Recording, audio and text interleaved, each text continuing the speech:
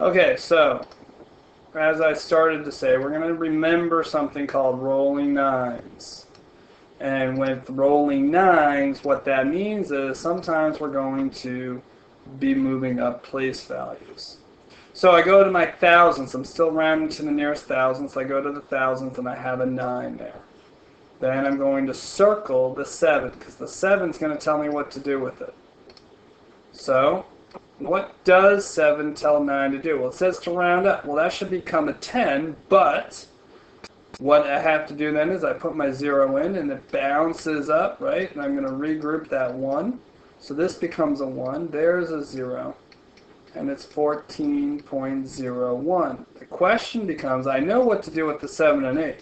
Because if you remember, when we were talking about it over here, we said, hey, we're going to drop those off. We're going to drop them off, anything after the thousands place. But remember, I have to have the thousands place. See, it says I stop at the thousands place. Well, let's take a look. I have 14, that's the tens and the ones, and then I have the tenths, the hundredths, and the zeros in the thousands place. But I have to have it, so guess what? I'm going to keep that 0. Let's take a look at another example.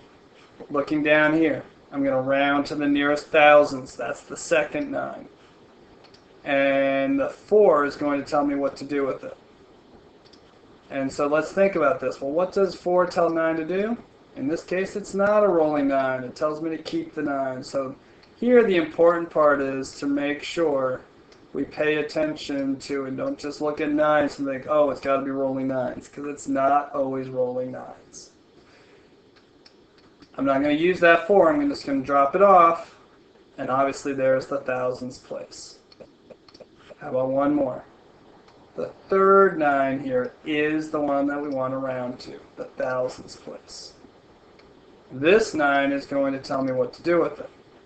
So let's see, I look from the 9 to the 9. What does that tell me to do? Well, that tells me to round it to 10. But I can't do 10, so I'm going to put a 0 and regroup the 1. Well, look, I have another 10, so I'm going to put a 0 and regroup the 1. I'll look again. I have a 10, so I'm going to put the 0, regroup the 1. There's my decimal point. Oh, and it becomes 1.000. But let's think about this for a minute. We know that I have to have the thousands place. Over here, thousands place, thousands place, thousands place. So I dropped off these extra place values. I'm going to lose that last 9 right there, that one there. But I need to keep all of these zeros. So I might be losing that, but I'm going to keep these because I need to have the thousandths place.